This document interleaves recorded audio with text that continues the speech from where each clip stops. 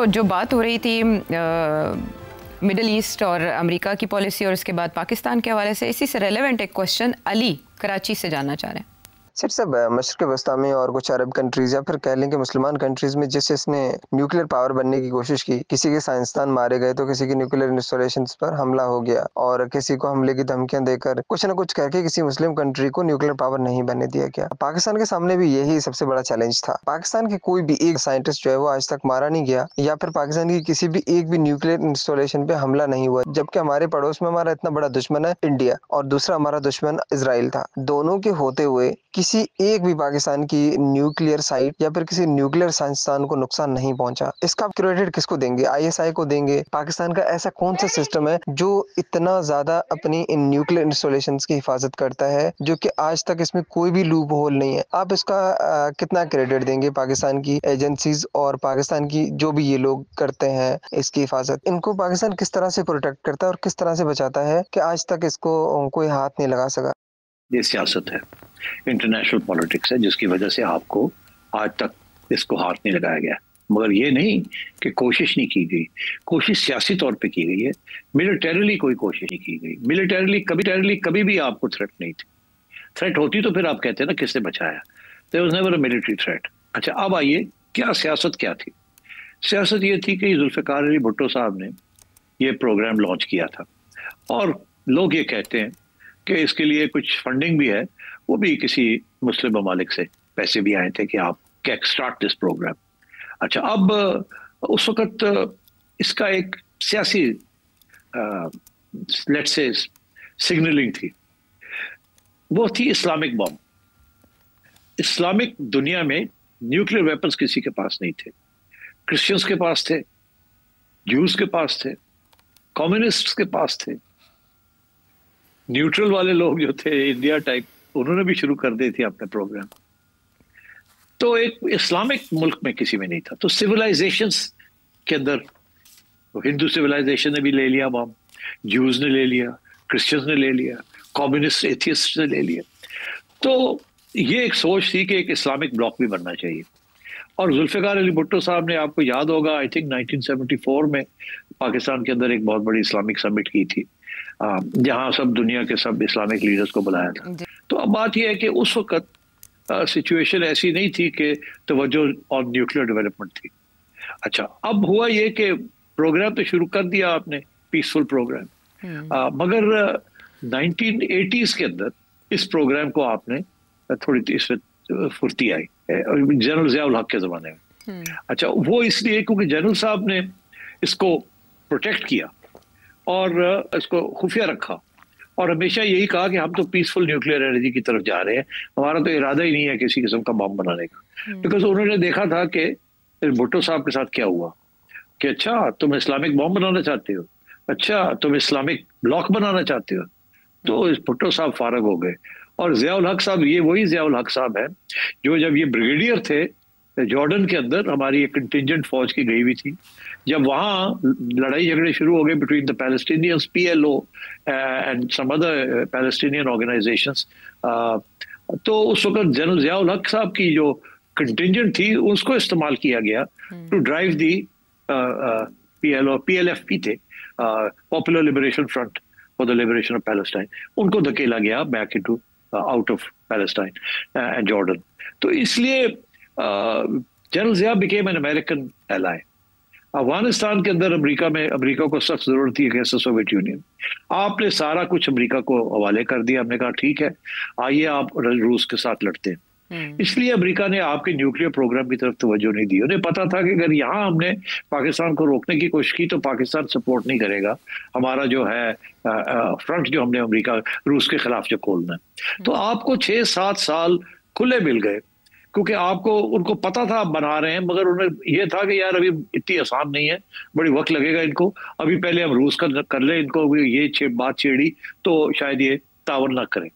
तो और ये बात चलती रही और इसका फिर नतीजा कब निकला, कब उन्होंने फैसला किया कि नहीं यार अब पाकिस्तान को रोकना है, वो उस वक्त निकला जबकि सोवियत यूनियन फारग हो गया फ्रॉम अफगानिस्तान और ज़िया-उल हक साहब उन्होंने सोचा कि अब ज़िया-उल हक की जरूरत नहीं है, और ज़िया-उल हक ही है जो न्यूक्लियर प्रोग्राम चला रहा है। तो फिर आपने देखा ज़िया-उल हक साहब फारग हो गए। अच्छा, अब मैं इससे आगे कंस्पिरेसी थ्योरीज की तरफ नहीं जाता, इशारा ही काफी होता है कि why Zia-ul Haq was not needed anymore. Then the focus came on the nuclear program. और उस वक्त से लेके, क्योंकि ज़िया-उल हक ने 1987 में ये कह दिया था, क्योंकि उस वक्त इंडिया के साथ टेंशन्स बड़ी चढ़ रही थी, और उस वक्त ज़िया-उल हक ने ये ऐलान किया कि we are a screwdriver turn away from making the bomb. पहली दफा पाकिस्तान के एक लीडर ने ये तस्लीम किया कि हम बम हमने तैयार कर लिया, सिर्फ 2-3 पेच कसने और बम तैयार हो जाएगा। वो इंडिया को धमकी देने के लिए था। और उस वक्त किसी वक्त मुशाहिद हुसैन साहब से पूछिएगा, पूरी शायद बात ना करें, कि किस तरीके से पूरी एक साजिश के तहत कुलदीप नैयर साहब हैं एक जर्नलिस्ट इंडिया के, उनको दावत दी गई, वो आए, उनको मुलाकात करवाई गई डॉक्टर ए.क्यू. खान के साथ। डॉक्टर ए.क्यू. खान ने उनको बताया कि ये बना लिया हमने, ताकि डिनाई भी कर सकें और ऑफिशियल भी ना हो। तो वो उन्होंने जाके इंडिया को बताया कि जी वो तो कह दे रहे बम बना लें।